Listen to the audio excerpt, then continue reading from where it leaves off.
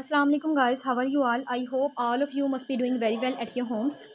In today's video I'm going to discuss with you about the literary period of William Shakespeare. Okay, in the previous video we have covered the writing style of William Shakespeare and also his plays, or in this video we are going to talk about the literary periods of William Shakespeare. So let's begin. William Shakespeare के जितने भी जो इसने work लिखा था उसका जो time span है उसको हम चार इरा में या चार पीरियड्स हम कह सकते हैं उसके अंदर डिवाइड करते हैं। यानी इसने इसका जो लिटरेरी कैरियर है वो 1588 से स्टार्ट होता है 1612 तक जाता है, और इस लिटरेरी कैरियर के पीरियड को हम चार पीरियड्स के अंदर फर्दर डिवाइड करते हैं अकॉर्डिंग टू हिज राइटिंग। ठीक है, सो हम देखते हैं कि किस तरीके से इसने वर्क लिखा था, हम क्यों इसे चार पीरियड के अंदर डिवाइड करते हैं। यानी इसने ना पीरियड्स के अंदर हम डिवाइड करके जब हम पढ़ते हैं तो हमें ये देखने को मिलता है इसने with the passage of time किस तरीके के वर्क्स लिखे थे। तो इसका जो पहला पीरियड है वो 1577 से स्टार्ट होता है और 1593 तक जाता है। इसके अंदर इसने ये जो वर्क है इसका ये जो पीरियड है इसके अर्ली एक्सपेरिमेंटल वर्क्स पे बेस्ड था, जिसके अंदर इसने ड्रामेटिक रोमांस लिखा था। ठीक है, और इसके अलावा इसने ट्रेजिडीज़ भी लिखी थी, अर्ली ट्रेजिडीज़। ठीक है, पहली इसके अंदर ट्रेजिडी टाइटस एंड्रोनिकस है। ठीक है, और एक कॉमेडी है लव लेबर्स लोस्ट, और ये जो लव लेबर्स लोस्ट है इसकी फर्स्ट कॉमेडी मानी जाती है जो इस पीरियड से बिलोंग करती है। ये था इसका फर्स्ट पीरियड जिसके अंदर सिर्फ इसने एक्सपेरिमेंटल वर्क्स को लिखा था। सो let's have a view it's second period, और इसका जो सेकंड पीरियड का टाइम स्पैन है वो 1594 से स्टार्ट होता है और 1600 तक है। इस पीरियड के अंदर इसने ग्रेट कॉमेडीज़ लिखी थी और क्रॉनिकल प्लेस लिखे थे। मैंने क्रॉनिकल प्लेस के बारे में आपको लास्ट वीडियो में बताया कि जो क्रॉनिकल प्लेस होते हैं उसमें वो किसी यानी मोनार्की, और वैसे तो क्रॉनिकल प्लेस ऐसे प्लेस होते हैं जो हिस्ट्री बेस्ड होते हैं, और इसके अंदर जो किंग वगैरह थे उनकी लाइफ पे लिखता था। ठीक है, अब इस पीरियड के अंदर जो इसने लिटरेरी वर्क्स लिखे थे उसके अंदर पहले तो कॉमेडी जो है द मर्चेंट ऑफ वीनस, ठीक है, the merry wives of Windsor, ये इसकी एक कॉमेडी है। 12th नाइट, ठीक है, ये इसकी कॉमेडीज़ इसने लिखी थी। ठीक है, और जो नेक्स्ट है इसने क्रॉनिकल प्लेस भी लिखे थे। तो क्रॉनिकल प्लेस के अंदर इसका हेनरी IV जो हेनरी किंग था, Henry IV part 1, Henry IV part 2, Henry V, king John और रिचर्ड II। ठीक है, ये सारे इसके क्रॉनिकल प्लेस हैं जो इसने सेकंड पीरियड के अंदर अपने लिखे, अपने लिटरेरी वर्क के सेकंड पीरियड के अंदर लिखे हैं। तो जो इसका थर्ड लिटरेरी पीरियड था वो स्टार्ट होता है 1601 से और जाता है 1608 तक। ये जो थर्ड पीरियड है ये बहुत ज़्यादा बेस्ट पीरियड माना जाता है। ठीक है, इसका क्योंकि इसके अंदर इसने ट्रेजिडीज़ भी लिखी हैं और इसने बिटर कॉमेडीज़ भी लिखी हैं। ठीक है, और इसके अंदर इसने मैंने आपको पहले बताया कि इसने बहुत ज़्यादा कंट्रीब्यूशन दी थी ड्रामे के अंदर। तो इसकी जो ड्रामे की मेन कंट्रीब्यूशन है ना वो इसी पीरियड के अंदर मानी जाती है। और उसके अंदर जो इसने कॉमेडीज़ लिखी थी उसके अंदर all wells that ends wells, ठीक है, और इसके अलावा इसकी जो great tragedies 4 great tragedies Shakespeare की बहुत फेमस हैं, जिसके अंदर हैमलेट, किंग लियर, मैकबेथ और ओथेलो, ये इसने थर्ड पीरियड के अंदर लिखी थी और ये बहुत फेमस शेक्सपियर की ट्रेजिडीज़ हैं। इसके अलावा Julius Caesar, Timon and Athens, Troilus and Cressida, ये भी इसकी बहुत ज़्यादा फेमस ट्रेजिडीज़ हैं। लेकिन जो हैमलेट है ये वाली ये बहुत फेमस मानी जाती है, इनफैक्ट बहुत सारे सिलेबस में पढ़ी भी जाती है। अब इसका जो चौथा और लास्ट लिटरेरी कैरियर था वो स्टार्ट होता है 1608 से 1612 तक।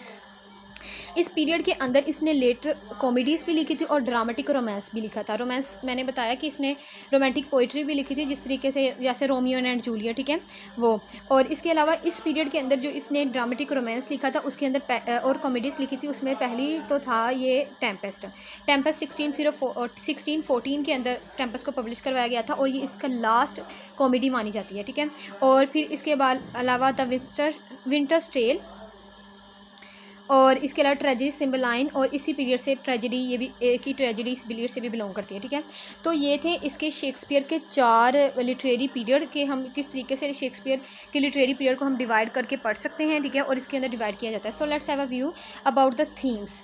आई have also told you in my previous video that Shakespeare was most famous, और we can say that he was famous और he was unique from his other contemporary writer due to his themes and his writing styles. ठीक है, इसके writing style और theme की वजह से बहुत फेमस था, और हमने राइटिंग स्टाइल को तो प्रीवियस वीडियो में कवर कर लिया। अब हम देखते हैं इसके थीम्स को।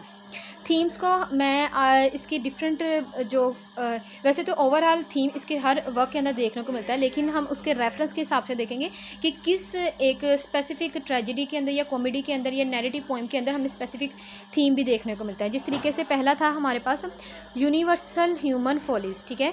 यूनिवर्सल ह्यूमन फॉलिस यानी इंसान के अंदर जो फॉलिस दिखाई जाती है, इंसान की जो ईवल्स होती हैं वो दिखाता है। जैसे कि किंग लियर जो इसकी एक ट्रेजेडी है, ये फोर्थ फेमस ट्रेजेडीज में से एक है, उसके अंदर जो किंग लियर है, ये एक किंग है, ये उसकी एक फ्लैटरिंग पर्सनालिटी दिखाई गई है कि किस तरीके से वो अपने इसी डाउनफॉल की वजह से इसी एरर की वजह से अपने डाउनफॉल की कोर्स बनता है, ठीक है। और जो नेक्स्ट हमारे पास है वो है लव एंड हेट, ये इसका थीम है।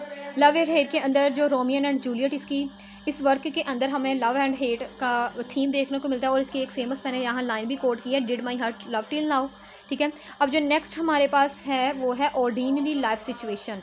ऑर्डिनरी लाइफ सिचुएशन से मुराद हमने रेनेसांस की फर्स्ट वीडियो के अंदर ये पढ़ा कि जो रेनेसांस के अंदर था ह्यूमनिज़म का कॉन्सेप्ट था, ठीक है। इंसान अपने आप को डिस्कवर कर रहा था और ठीक है, इंसान पे ही बेस्ड थी वो सारी हम कह सकते हैं as.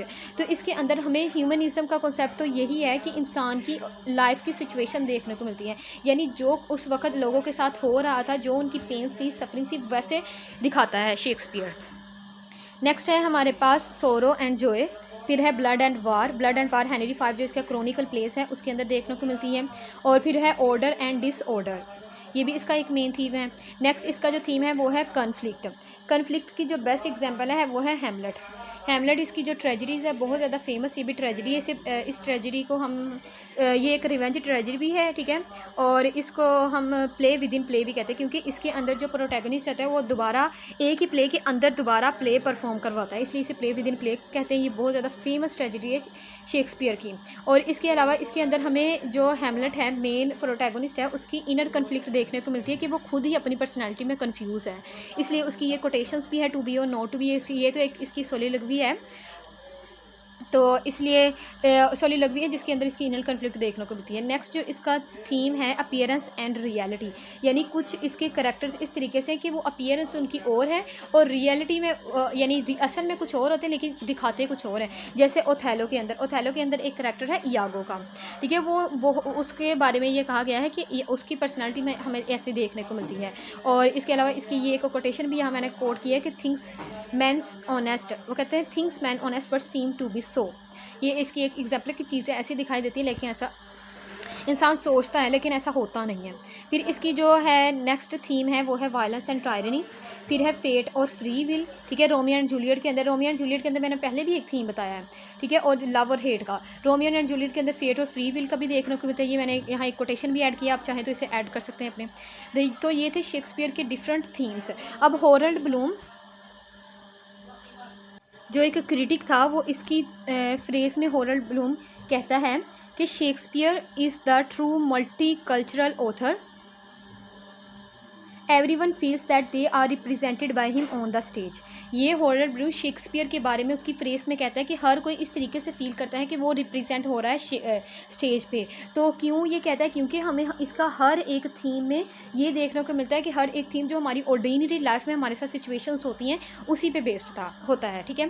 So this is all about of today's video. आज की वीडियो में हमने शेक्सपियर का बहुत इंपॉर्टेंट पॉइंट्स देखे। एक तो हमने इसके लिटरेरी पीरियड्स को देखा और दूसरा हमने जो मोस्ट इंपॉर्टेंट पॉइंट है वो इसकी थीम्स को देखा।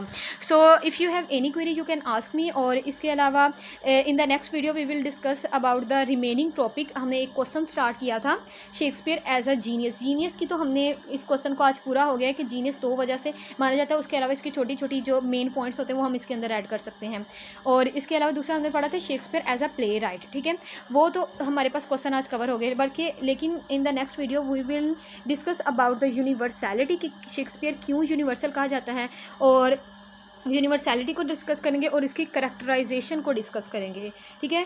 तो this is all about of today's. If you have any query you can ask me freely, और please like, subscribe and share my channel. अल्लाह हाफिज़।